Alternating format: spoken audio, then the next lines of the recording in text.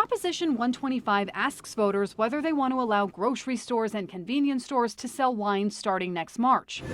It means that along with picking up lunch meats and toilet paper, you can also snag a bottle of wine without having to make another stop. A limited number of stores already allow this. This measure would expand it, automatically converting beer retail licenses to also include wine. In this Denver 7 Election 360, you'll hear from a group that supports the measure, another that opposes it, and a small business that says this could force them to close. First, let's look back for some context. For years, grocery stores were only allowed to sell liquor in one location in the state. Everything else could only sell low-strength or 3.2 beer.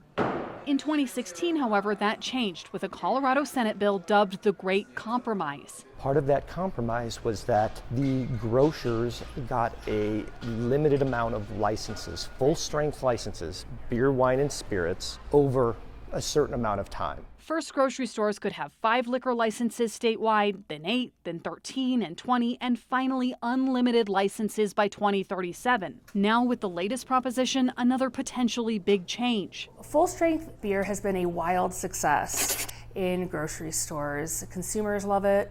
Grocery stores love it. And supporters of Proposition 125 want to replicate that success with wine too. 125 will allow consumers a great deal of convenience. They'll allow consumers to pick up a bottle of wine when they go to the grocery store to pick up dinner. Michelle Ling represents groups behind the ballot measure. She says 37 states are already doing this, and wine was always supposed to be part of that great compromise. At the 11th hour, it was taken out. And so this has always been the intent. She also doesn't buy the concerns that this will hurt liquor store business. It was the same argument made in 2016 over selling beer. And that has just not been the case.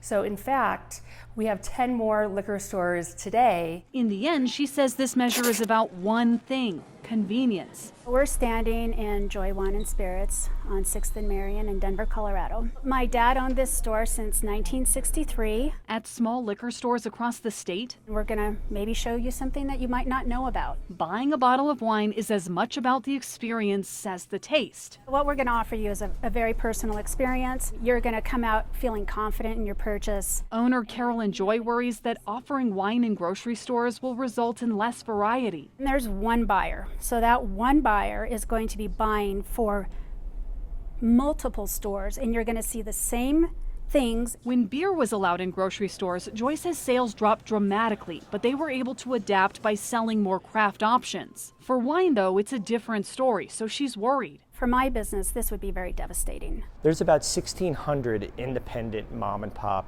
liquor stores throughout the state. And about half are owned by women, and about 2/3 are owned by folks who have English as a second language. Chris Fine from the Colorado Licensed Beverage Association worries as many as 800 of those small liquor stores could go out of business if this becomes law. He says the Great Compromise was just that, a compromise meant to last 20 years. So if grocery stores are willing to go back on that deal and try to work wine in now, It's just a matter of time before they're going to want spirits.